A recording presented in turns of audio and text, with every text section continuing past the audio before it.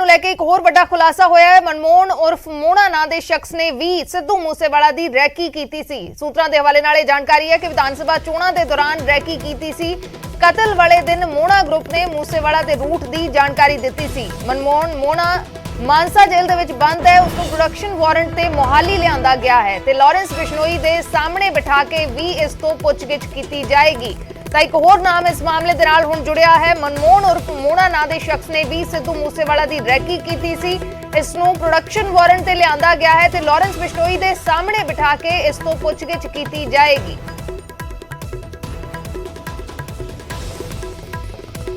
ਇੱਕ ਨਵਾਂ ਨਾਮ ਇਸ ਮਾਮਲੇ ਦੇ ਨਾਲ ਜੁੜਿਆ ਹੈ। ਮਨਮੋਹਨ ਮੋਨਾ ਕੌਣ ਹੈ? ਮਨਮੋਹਨ ਮੋਨਾ ਗੈਂਗਸਟਰ ਮਨਮੋਹਨ ਮੋਨਾ ਮਾਨਸਾ ਦਾ ਰਹਿਣ ਵਾਲਾ ਹੈ। ਕਬੱਡੀ ਦਾ ਚੰਗਾ ਖਿਡਾਰੀ ਰਿਹਾ ਹੈ। ਬੁਢਲਾਡਾ ਟਰੱਕ ਯੂਨੀਅਨ ਦਾ ਪ੍ਰਧਾਨ ਰਿਹਾ ਹੈ। ਕਤਲ ਦੇ ਕੇਸ ਦੇ ਵਿੱਚ ਇਸ ਵੇਲੇ ਮਾਨਸਾ ਜੇਲ੍ਹ 'ਚ ਬੰਦ ਹੈ। ਟਰੱਕ ਯੂਨੀਅਨ ਦੇ ਸਾਬਕਾ ਪ੍ਰਧਾਨ ਦਰਸ਼ਨ ਸਿੰਘ ਦੇ ਕਤਲ ਦਾ ਇਸ ਤੇ ਇਲਜ਼ਾਮ ਹੈ। ਮਨਮੋਹਨ ਮੋਨਾ ਜਿਸ ਦਾ ਹੁਣ ਸਿੱਧੂ ਮੂਸੇਵਾਲਾ ਕਤਲकांड ਦੇ ਨਾਲ ਨਾਮ ਜੁੜਿਆ ਹੈ। 1 ਦਰਜਨ ਤੋਂ ਵੱਧ ਅਪਰਾਧਕ ਮਾਮਲੇ ਇਸ ਤੇ ਦਰਜ ਨੇ। 30 ਮਾਰਚ 2022 ਨੂੰ ਪਟਿਆਲਾ ਤੋਂ ਇਸ ਨੂੰ ਗ੍ਰਿਫਤਾਰ ਕੀਤਾ ਗਿਆ ਸੀ। 2 ਪਿਸਟਲ 45 ਕਾਰਤੂਸ ਅਤੇ ਇੱਕ ਫੋਰਚੂਨਰ ਕਾਰ ਬਰਾਮਦ ਹੋਈ ਸੀ। ਮਾਨਸਾ ਇਲਾਕੇ ਦੇ ਵਿੱਚ ਆਪਣੇ ਨਾਮ ਤੋਂ ਗਰੁੱਪ ਵੀ ਚਲਾਉਂਦਾ ਹੈ। ਵਿਧਾਨ ਸਭਾ ਚੋਣਾਂ ਦੌਰਾਨ ਮੂਸੇਵਾਲਾ ਦੇ ਘਰ ਦੀ ਰੈਕੀ ਇਸ ਦੇ ਵੱਲੋਂ ਕੀਤੀ ਗਈ ਸੀ। ਇਹ ਇਲਜ਼ਾਮ ਨੇ। ਗੈਂਗਸਟਰ ਮਨਮੋਹਨ ਮੋਨਾ ਮਾਨਸਾ ਦਾ ਰਹਿਣ ਵਾਲਾ ਹੈ ਜਿਸ ਨੂੰ ਪ੍ਰੋਡਕਸ਼ਨ ਵਾਰੰਟ ਤੇ ਲਿਆਂਦਾ ਗਿਆ ਹੈ ਤੇ ਲਾਰੈਂਸ ਬਿਸ਼ਨੋਈ ਦੇ ਸਾਹਮਣੇ ਬਿਠਾ ਕੇ ਵੀ ਇਸ ਤੋਂ ਪੁੱਛਗਿੱਛ ਕੀਤੀ ਜਾਏਗੀ। ਕਤਲ ਕੇਸ ਦੇ ਵਿੱਚ ਇਸ ਵੇਲੇ ਮਾਨਸਾ ਜੇਲ੍ਹ ਦੇ ਵਿੱਚ ਬੰਦ ਹੈ। 1 ਦਰਜਨ ਤੋਂ ਵੱਧ ਅਪਰਾਧਕ ਮਾਮਲੇ ਇਸ ਦੇ ਉੱਤੇ ਦਰਜ ਨੇ।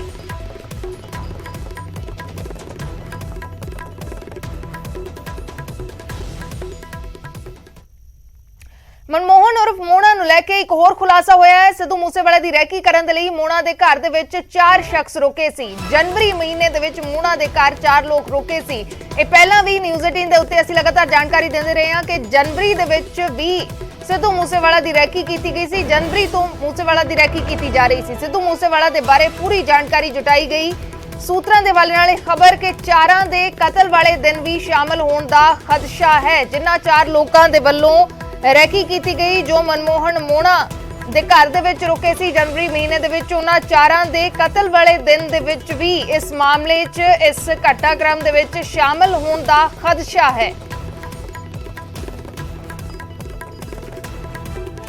ਬਲਦੇਵ ਸ਼ਰਮਾ ਸਾਡੇ ਸਹਿਯੋਗੀ ਜੁੜੇ ਨੇ ਮਾਨਸਾ ਤੋਂ ਹੋਰ ਜਾਣਕਾਰੀ ਦੇ ਲਈ। ਬਲਦੇਵ, ਕੀ ਕੁਝ ਹੋਰ ਜਾਣਕਾਰੀ ਇਸ ਮਾਮਲੇ ਦੇ ਵਿੱਚ?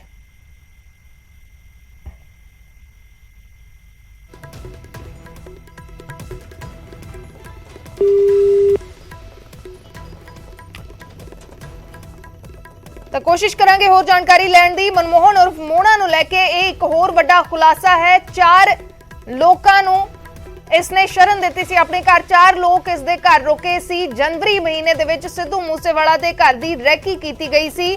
ਮੂਸੇਵਾਲਾ ਦੇ ਬਾਰੇ ਪੂਰੀ ਜਾਣਕਾਰੀ ਜੁਟਾਈ ਗਈ ਸੀ ਤੇ ਸੂਤਰਾਂ ਦੇ ਹਵਾਲੇ ਨਾਲ ਇਹ ਵੀ ਜਾਣਕਾਰੀ ਹੈ ਕਿ 4 ਦੇ ਜੋ 4 ਸ਼ਖਸ ਮੋਨੇ ਦੇ ਘਰ ਰੁਕੇ ਸੀ ਉਹਨਾਂ 4 ਦੇ ਕਤਲ ਵਾਲੇ ਦਿਨ ਵੀ ਇਸ ਪੂਰੇ ਘਟਨਾਕ੍ਰਮ ਦੇ ਵਿੱਚ ਇਸ ਵਾਰਦਾਤ ਦੇ ਵਿੱਚ ਸ਼ਾਮਲ ਹੋਣ ਦਾ ਖਦਸ਼ਾ ਜਤਾਇਆ ਜਾ ਰਿਹਾ ਹੈ। ਬਲਦੇਵ ਸ਼ਰਮਾ ਸਾਡੇ ਸਹਿਯੋਗੀ ਜੁੜ ਗਏ ਨੇ। ਬਲਦੇਵ, ਕੀ ਕੁਝ ਹੋਰ ਜਾਣਕਾਰੀ ਮਿਲੀ ਹੈ?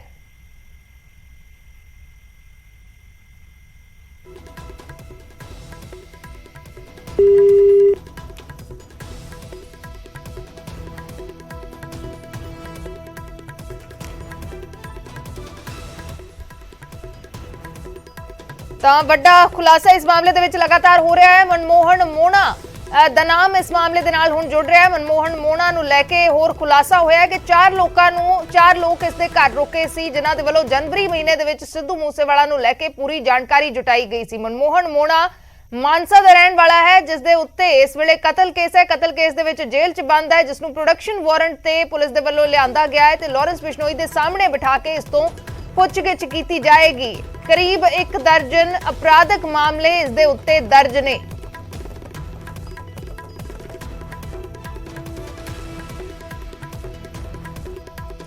ਤੇ ਇਸੇ ਮਾਮਲੇ ਨਾਲ ਜੁੜੀ ਇੱਕ ਹੋਰ ਵੱਡੀ ਖਬਰ ਹੈ। ਦਵਿੰਦਰ ਬੰਬੀਹਾ ਗਰੁੱਪ ਦੇ ਵੱਲੋਂ ਕੇਕੜੇ ਦੀ ਕੁੱਟਮਾਰ ਦਾ ਦਾਅਵਾ ਕੀਤਾ ਗਿਆ ਹੈ। ਸੰਦੀਪ ਕੇਕੜਾ ਮੁਕਤਸਰ ਦੀ ਜੇਲ੍ਹ ਦੇ ਵਿੱਚ ਇਸ ਦੀ ਕੁੱਟਮਾਰ ਦਾ ਦਾਅਵਾ ਕੀਤਾ ਗਿਆ ਹੈ। ਕੇਕੜੇ ਨੂੰ ਫਿਲਹਾਲ ਗੋਇੰਦਵਾਲ ਜੇਲ੍ਹ ਦੇ ਵਿੱਚ ਸ਼ਿਫਟ ਕਰ ਦਿੱਤਾ ਗਿਆ ਹੈ। ਸੰਦੀਪ ਕੇਕੜੇ ਨੇ ਸਿੱਧੂ ਮੂਸੇਵਾਲਾ ਦੀ ਰੈਕੀ ਕੀਤੀ ਸੀ। ਕਤਲ ਵਾਲੇ ਦਿਨ ਜੋ ਤਸਵੀਰਾਂ ਸੀਸੀਟੀਵੀ ਤਸਵੀਰਾਂ ਸਾਹਮਣੇ ਆਈਆਂ ਸੀ ਉਹਨਾਂ ਤਸਵੀਰਾਂ ਦੇ ਵਿੱਚ ਵੀ ਕੇਕੜਾ ਸ਼ਾਮਲ ਸੀ। ਕੇਕੜਾ ਸਿੱਧੂ ਮੂਸੇਵਾਲਾ ਦੇ ਘਰ ਦੇ ਵਿੱਚ 40-45 ਮਿੰਟ ਰਿਹਾ, ਚਾਹ ਪੀਤੀ, ਗੱਲਾਂ ਬਾਤਾਂ ਕੀਤੀਆਂ, ਫੈਨ ਬਣ ਕੇ ਸਿੱਧੂ ਮੂਸੇਵਾਲਾ ਦੇ ਘਰ ਪਹੁੰਚਿਆ ਸੀ। ਉਸ ਤੋਂ ਬਾਅਦ ਹਰ ਇੱਕ ਜਾਣਕਾਰੀ ਇਸ ਦੇ ਵੱਲੋਂ ਕਾਤਲਾਂ ਨੂੰ ਦਿੱਤੀ ਗਈ। ਇਹ ਇਸ ਦੇ ਉੱਤੇ ਇਲਜ਼ਾਮ ਨੇ ਤੇ ਹੁਣ ਦਵਿੰਦਰ ਬੰਬੀਹਾ ਗਰੁੱਪ ਨੇ ਜੇਲ੍ਹ ਦੇ ਵਿੱਚ ਕੇਕੜੇ ਦੀ ਕੁੱਟਮਾਰ ਦਾ ਦਾਅਵਾ ਕੀਤਾ ਹੈ।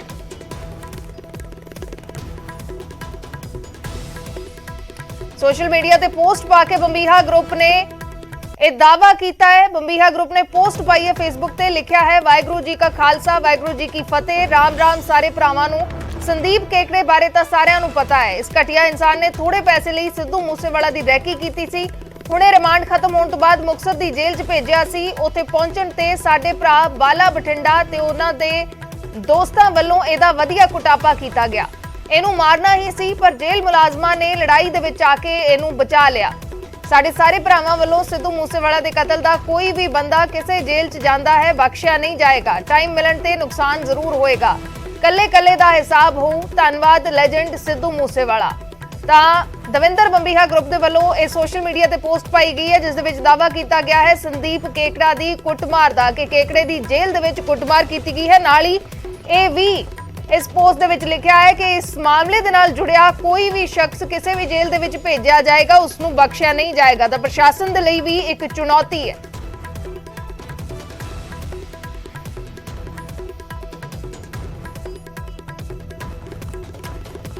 ते इस मामले दे विच मुक्तसर जेल दे सुपरडेंट इकबाल सिंह दे नाल न्यूज़ 18 दे पत्रकार सूरजपाल ने गलबात की। जेल सुपरडेंट ने की कुछ किया, उस सुनो।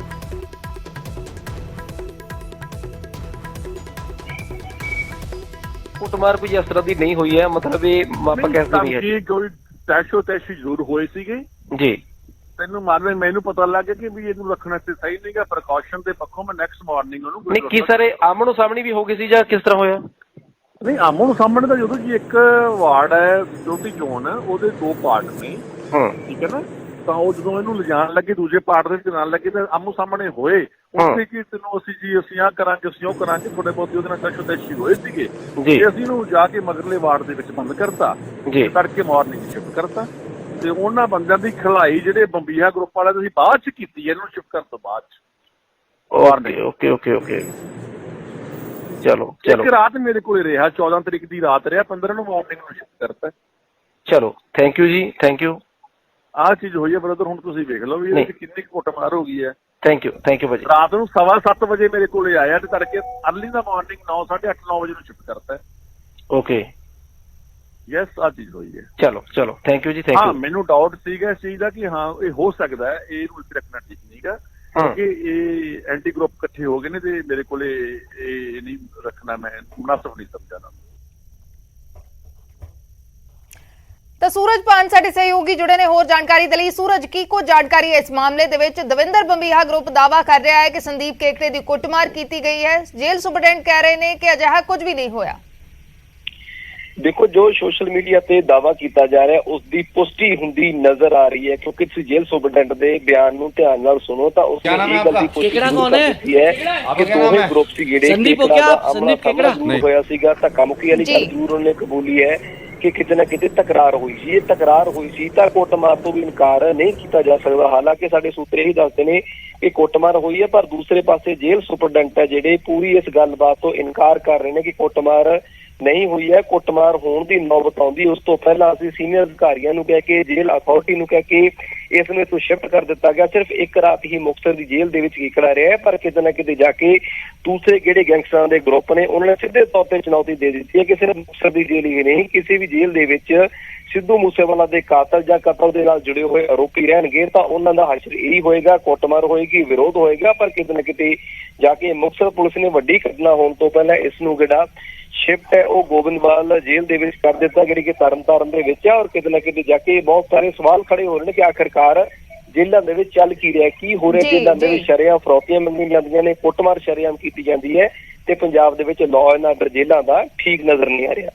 जी बिल्कुल सूरज, सवाल जरूर उठते हैं। फिलहाल दे लई शुक्रिया। तो सूरज पान साडे सहयोगी जानकारी दे रहे सन कि इस तरीके दे नाल धक्का मुक्की जरूर हुई है, धक्का मुक्की या फिर आमो सामना होया है, ये गल जरूर जेल सुपरडेंट मानते नजर आ रहे हैं। लेकिन ਕੁੱਟਮਾਰ ਦਾ ਦਾਅਵਾ ਕੀਤਾ ਹੈ ਦਵਿੰਦਰ ਬੰਬੀਹਾ ਗਰੁੱਪ ਨੇ। ਤੇ ਨਾਲ ਹੀ ਚੁਣੌਤੀ ਪ੍ਰਸ਼ਾਸਨ ਦੇ ਲਈ ਇਹ ਵੀ ਹੈ ਕਿ ਧਮਕੀਆਂ ਲਗਾਤਾਰ ਦਿੱਤੀਆਂ ਜਾ ਰਹੀਆਂ ਨੇ। ਦਵਿੰਦਰ ਬੰਬੀਹਾ ਗਰੁੱਪ ਦੇ ਵੱਲੋਂ ਹੁਣ ਧਮਕੀ ਦਿੱਤੀ ਗਈ ਹੈ ਕਿ ਇਸ ਮਾਮਲੇ ਦੇ ਨਾਲ ਜੁੜਿਆ ਕੋਈ ਵੀ ਮੁਲਜ਼ਮ ਕਿਸੇ ਵੀ ਜੇਲ੍ਹ ਦੇ ਵਿੱਚ ਜਾਏਗਾ ਉਸ ਨੂੰ ਬਖਸ਼ਿਆ ਨਹੀਂ ਜਾਏਗਾ।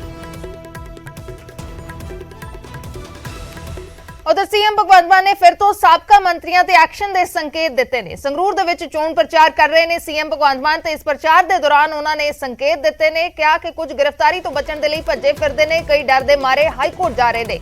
ਹਾਈਕੋਰਟ ਤਾਂ ਹੀ ਜਾ ਰਹੇ ਨੇ ਜੇ ਮਨ ਦੇ ਵਿੱਚ ਚੋਰ ਹੈ। ਮੈਂ ਐਵੇਂ ਥੋੜਾ ਕਿਸੇ ਨੂੰ ਗ੍ਰਿਫਤਾਰ ਕਰ ਰਿਹਾ। ਦੱਸ ਦਈਏ ਕਿ ਹਾਲ ਹੀ ਦੇ ਵਿੱਚ ਸਾਬਕਾ ਮੰਤਰੀ ਭਾਰਤ ਭੂਸ਼ਣ ਆਸ਼ੂ ਨੇ ਹਾਈਕੋਰਟ ਦੇ ਵਿੱਚ ਪਟੀਸ਼ਨ ਦਾਖਲ ਕੀਤੀ ਹੈ। ਫੂਡ ਸਪਲਾਈ ਵਿਭਾਗ ਦੇ ਵਿੱਚ 2000 ਕਰੋੜ ਦੇ ਘੁਟਾਲੇ ਦੇ ਇਲਜ਼ਾਮ ਲੱਗ ਰਹੇ ਨੇ। ਮਾਮਲਾ ਸਾਹਮਣੇ ਆਇਆ ਹੈ, ਜਿਸ ਮਾਮਲੇ ਨੂੰ ਲੈ ਕੇ ਹੁਣ ਸਾਬਕਾ ਮੰਤਰੀ ਭਾਰਤ ਭੂਸ਼ਣ ਆਸ਼ੂ ਨੇ ਹਾਈਕੋਰਟ ਦੇ ਵਿੱਚ ਪਟੀਸ਼ਨ ਦਾਖਲ ਕੀਤੀ ਹੈ, ਜਿਸ ਤੋਂ ਬਾਅਦ ਸੀਐਮ ਭਗਵੰਤ ਮਾਨ ਚੋਣ ਪ੍ਰਚਾਰ ਕਰਦੇ ਹੋਏ ਉਹਨਾਂ ਦੇ ਵੱਲੋਂ ਇਹ ਬਿਆਨ ਦਿੱਤਾ ਗਿਆ। ਕਿਹਾ ਗਿਆ ਕਿ ਕੁਝ ਲੋਕ ਗ੍ਰਿਫਤਾਰੀ ਤੋਂ ਬਚਣ ਦੇ ਲਈ ਭੱਜੇ ਫਿਰਦੇ ਨੇ, ਕਈ ਡਰ ਦੇ ਮਾਰੇ ਹਾਈਕੋਰਟ ਜਾ ਰਹੇ ਨੇ ਤੇ ਹਾਈਕੋਰਟ ਤਾਂ ਹੀ ਜਾ ਰਹੇ ਨੇ ਜੇ ਮਨ ਦੇ ਵਿੱਚ ਕੋਈ ਡਰ ਹੈ, ਮਨ ਦੇ ਵਿੱਚ ਕੋਈ ਚੋਰ ਹੈ।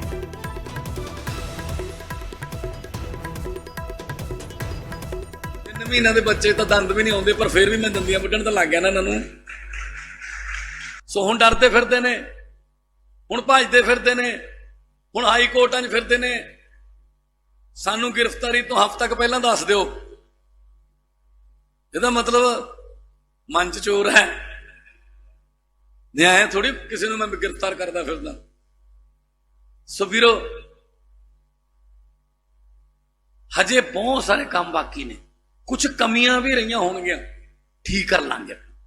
ਸਿਆਣੇ ਕਹਿੰਦੇ ਆ ਜਿਹਨੇ ਕੋਈ ਗਲਤੀ ਨਹੀਂ ਕੀਤੀ, ਇਹਦਾ ਮਤਲਬ ਫਿਰ ਉਹਨੇ ਕੋਈ ਕੰਮ ਵੀ ਨਹੀਂ ਕੀਤਾ। ਗਲਤੀ ਕੰਮ ਦੌਰਾਨ ਹੋ ਜਾਂਦੀ ਹੈ, ਕੋਈ ਕਮੀ ਰਹਿ ਜਾਂਦੀ ਹੈ, ਅਮੈਂਡਮੈਂਟ ਕਰ ਲਾਂਗੇ ਤੁਹਾਨੂੰ ਪੁੱਛ ਕੇ ਕਿ ਤੁਸੀਂ ਦੱਸੋ ਕੀ ਚਾਹੁੰਦੇ ਹੋ, ਕਿਉਂਕਿ ਸਰਕਾਰ ਤਾਂ ਤੁਹਾਡੀ ਹੈ ਜੀ। ਆਖਰੀ ਦੌਰ ਦੇ ਵਿੱਚ ਆ ਗਿਆ ਹੈ। ਸਿਆਸੀ ਧਿਰਾਂ ਨੇ ਪ੍ਰਚਾਰ ਦੇ ਲਈ ਪੂਰੀ ਤਾਕਤ ਝੋਕ ਦਿੱਤੀ। ਅੱਜ ਮਹਿਲ ਕਲਾਂ ਦੇ ਵਿੱਚ ਸੀਐਮ ਭਗਵੰਤ ਮਾਨ ਦਾ ਰੋਡ ਸ਼ੋਅ ਹੋਏਗਾ। ਸੰਗਰੂਰ ਚੋਣ ਦੇ ਲਈ ਲਗਾਤਾਰ ਚੌਥੇ ਦਿਨ ਸੀਐਮ ਭਗਵੰਤ ਮਾਨ ਦਾ ਰੋਡ ਸ਼ੋਅ ਹੋਏਗਾ। ਬਰਨਾਲਾ ਦੇ ਵਿੱਚ ਸੁਖਬੀਰ ਸਿੰਘ ਬਾਦਲ ਪ੍ਰਚਾਰ ਕਰਨਗੇ। ਰਾਜਾ ਵੜਿੰਗ ਤੇ ਬੀਜੇਪੀ ਨੇ ਵੀ ਪੂਰੀ ਵਾਹ ਲਗਾਈ ਹੈ। ਦੱਸ ਦਈਏ ਕਿ ਸੰਗਰੂਰ ਜ਼ਿਮਨੀ ਚੋਣ ਦੇ ਲਈ 23 ਤਾਰੀਖ ਨੂੰ VOTING ਹੋਣੀ ਹੈ, 21 ਨੂੰ ਪ੍ਰਚਾਰ ਬੰਦ ਹੋਏਗਾ, 26 ਨੂੰ ਨਤੀਜੇ ਆਉਣਗੇ। ਤਾਂ ਪੂਰੀ ਵਾਹ ਲਗਾ ਦਿੱਤੀ ਹੈ ਹਰ ਸਿਆਸੀ ਧਿਰ ਨੇ। ਸੀਐਮ ਭਗਵੰਤ ਮਾਨ ਖੁਦ ਲਗਾਤਾਰ ਰੋਡ ਸ਼ੋਅ ਕਰ ਰਹੇ ਨੇ, ਲਗਾਤਾਰ ਚੋਣ ਪ੍ਰਚਾਰ ਕਰ ਰਹੇ ਨੇ। ਸੰਗਰੂਰ ਜ਼ਿਮਨੀ ਚੋਣ ਦੇ ਲਈ ਵਕਾਰ ਦਾ ਵੀ ਸਵਾਲ ਹੈ, ਕਿਉਂਕਿ ਇਹ ਸੀਟ ਲਗਾਤਾਰ 2 ਵਾਰ ਸੀਐਮ ਭਗਵੰਤ ਮਾਨ ਖੁਦ ਜਿੱਤ ਚੁੱਕੇ ਨੇ। ਉਸ ਤੋਂ ਬਾਅਦ ਸੀਐਮ ਬਣਨ ਤੋਂ ਬਾਅਦ ਇਹ ਸੀਟ ਖਾਲੀ ਹੋਈ, ਜਿੱਥੇ ਹੁਣ ਗੁਰਮੇਲ ਸਿੰਘ ਆਮ ਆਦਮੀ ਪਾਰਟੀ ਦੇ ਉਮੀਦਵਾਰ ਨੇ। ਉਧਰ ਸੁਖਬੀਰ ਸਿੰਘ ਬਾਦਲ ਅਕਾਲੀ ਦਲ ਦੇ ਪ੍ਰਧਾਨ, ਉਹ ਖੁਦ ਚੋਣ ਪ੍ਰਚਾਰ ਦੇ ਲਈ ਉਤਰੇ ਹੋਏ ਨੇ। ਪੰਜਾਬ ਕਾਂਗਰਸ ਦੇ ਪ੍ਰਧਾਨ ਰਾਜਾ ਵੜਿੰਗ ਲਗਾਤਾਰ ਚੋਣ ਪ੍ਰਚਾਰ ਕਰ ਰਹੇ ਨੇ। ਕੇਵਲ ਢਿੱਲੋਂ ਬੀਜੇਪੀ ਦੇ ਉਮੀਦਵਾਰ ਨੇ, ਉਹਨਾਂ ਦੇ ਵੱਲੋਂ ਵੀ ਪੂਰੀ ਵਾਹ ਲਗਾਈ ਗਈ ਹੈ।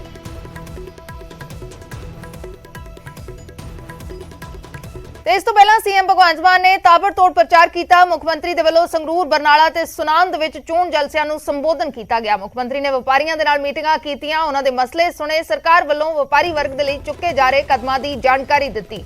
ਤੇ ਇਸ ਮੌਕੇ ਦਿੱਲੀ ਦੇ ਉਪ ਮੁੱਖ ਮੰਤਰੀ ਮਨੀਸ਼ ਸਿਸੋਦੀਆ ਤੇ ਕਈ ਵਿਧਾਇਕ ਵੀ ਮੁੱਖ ਮੰਤਰੀ ਦੇ ਨਾਲ ਮੌਜੂਦ ਰਹੇ ਨੇ। ਸੰਗਰੂਰ, ਬਰਨਾਲਾ, ਸੁਨਾਮ 3 ਤਸਵੀਰਾਂ ਜਿੱਥੇ ਮੁੱਖ ਮੰਤਰੀ ਭਗਵੰਤ ਮਾਨ ਚੋਣ ਪ੍ਰਚਾਰ ਕਰਦੇ ਨਜ਼ਰ ਆਏ।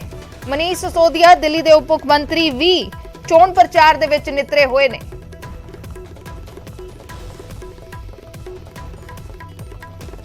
ਬੈਠੇ ਨੇ ਚੀਮਿਆਂ ਤੋਂ ਵੀ ਬਹੁਤ ਸਾਰੇ ਮੇਰੇ ਦੋਸਤ ਆਏ ਨੇ, ਦਿੜਬੇ ਤੋਂ ਆਏ ਨੇ, ਮਹਿਲਾਂ ਤੋਂ ਆਏ ਨੇ, ਸੰਗਰੂਰ ਤੋਂ ਵੀ ਆਏ ਨੇ। ਇੱਕ ਗੱਲ ਮੇਰੀ ਯਾਦ ਰੱਖ ਲਿਓ ਕਿ ਜਿਹੜਾ ਸੰਗਰੂਰ ਹੈ, ਜਿੰਨਾ ਪਿਆਰ ਤੁਸੀਂ ਦਿੱਤਾ, ਮੈਂ ਉਹਦਾ ਕਰਜ਼ਾ ਤਾਂ ਕਈ ਜਨਮ ਨਹੀਂ ਲਾ ਸਕਦਾ, ਪਰ ਇੰਨਾ ਕਿ ਮੈਂ ਤੁਹਾਨੂੰ ਕਹਿਣਾ ਕਿ ਥੋੜਾ ਜਿਹਾ ਮੈਨੂੰ ਟਾਈਮ ਦੇ ਦਿਓ। ਲੋਕ ਤੁਹਾਡੇ ਨਾਲ ਫੋਟੋਆਂ ਖਿਚਾਉਣ ਆਇਆ ਕਰਨਗੇ, ਸੰਗਰੂਰ ਦੇਖਣ ਆਇਆ ਕਰਨਗੇ ਕਿਹਾ ਜਿਹਾ ਬਣਾਤਾ। ਮਸਤੂਆਣਾ ਸਾਹਿਬ ਸੰਤ ਅਤਰ ਸਿੰਘ ਜੀ ਦੇ ਨਾਂ ਤੇ ਜ਼ਮੀਨ ਟ੍ਰਾਂਸਫਰ ਹੋ ਗਈ।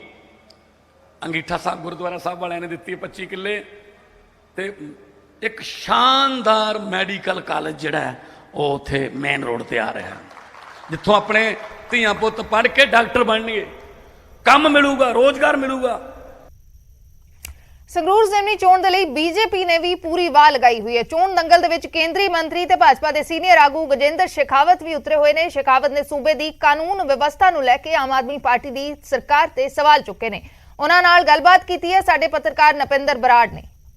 गजेंद्र शेखावत होनी इस वेले संगरूर दे विच ने, साडे नाल ने। शेखावत साहब, कैसे देखते हैं संगरूर की लड़ाई इस बार कुछ ज़्यादा रोचक लग रही है? निश्चित रूप से रोचक लड़ रही है। भारतीय जनता पार्टी ने केवल ढिल्लों जी को अपना प्रत्याशी बनाया है। उनका अपना ऑरा एम्बिट यहाँ स्थानीय पकड़ है।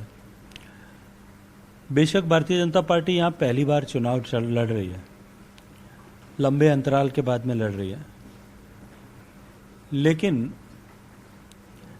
पिछले 4 महीने में आम आदमी पार्टी की सरकार का जिस तरह से मैसिव फेलियर हुआ है, जो वादे किए थे वो तो सारे हवा हवाई हुए ही हैं, लेकिन जो आशंकाएं सबने व्यक्त की थी चुनाव के समय में, मैंने भी व्यक्त की थी, भारतीय जनता पार्टी के लोगों ने भी व्यक्त की थी, अन्य पार्टी के लोगों ने भी गाहे बगाहे कहीं उस बारे में चर्चा की थी, वो आशंकाएं आज स्पष्टता के सामने दिखाई दे रही हैं। लॉ एंड ऑर्डर सिचुएशन बिल्कुल जो है चरमरा गई है। जिस तरह से जो है यहाँ अपराधी बेलगाम हो गए हैं, बेखौफ हो गए हैं, नित्य प्रतिदिन यहाँ गैंगस्टर्स की घटनाएं हो रही। कबड्डी के मैदान में खेलते हुए इस पंजाब के गौरव खिलाड़ियों को जो है सरेआम गोलियों से भूना जा रहा है। पंजाब के सिंगर से एक्सटॉर्शन के लिए, पंजाब के आर्टिस्ट से एक्सटॉर्शन के लिए थ्रेटनिंग कॉल्स जा रही हैं। नहीं देने पर सिद्धू मूसेवाला जैसे कलाकार की हत्या कर दी जाती है। पंजाब में उद्योग धंधा चलाना अपने आप में एक कठिनाई हो गई है।